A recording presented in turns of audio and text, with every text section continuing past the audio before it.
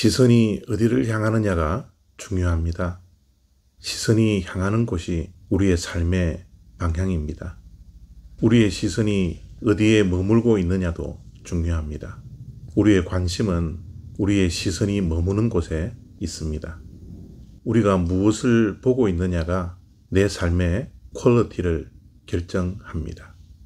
시편 3편 3절과 6절 말씀입니다. 여호와여, 주는 나의 방패시요 나의 영광이시요 나의 머리를 드시는 자이시니이다. 천만인이 나를 에워싸 진친다 하여도 나는 두려워하지 아니하리이다. 아멘. 시편 3편은 다윗의 시로 알려져 있습니다. 다윗은 수많은 대적들이 있었습니다. 지금은 그 대적들이 다윗을 둘러싸 진을 치고 있는 것과 같은 상황에 처해 있습니다. 천만인이 진을 치고 있다라는 것은 그 상황이 쉽게 물러갈 수 없는 상황임을 알게 됩니다. 그렇기에 수많은 대적들에게 둘러싸여 있는 다윗은 두려워했을 것입니다. 또 불안과 걱정과 낙심 속에 있었습니다. 그러나 놀랍게도 다윗의 시선은 하나님을 향하고 있었습니다.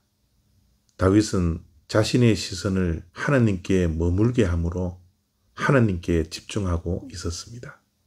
지금 대적에게 둘러싸여 있는 어려운 상황에 그의 시선을 두지 않았습니다. 그를 괴롭히는 대적들에게 그의 시선을 향하지 않고 있습니다.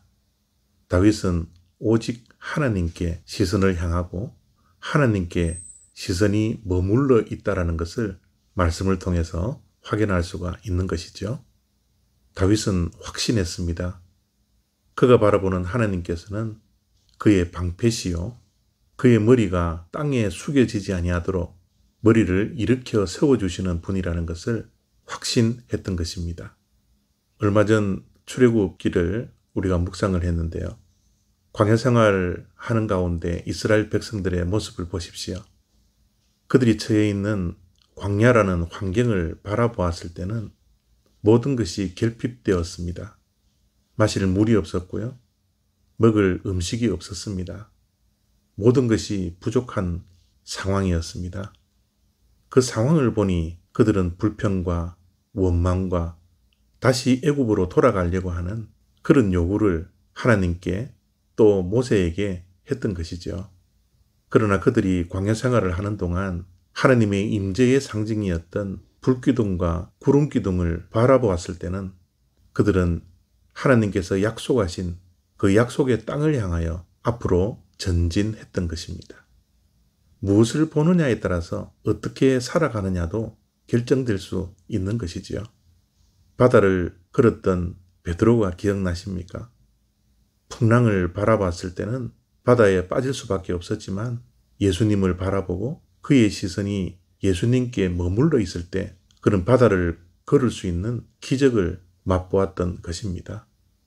지금 우리는 어떤 상황 속에 있습니까? 어떤 대적들이 우리를 괴롭히고 있습니까?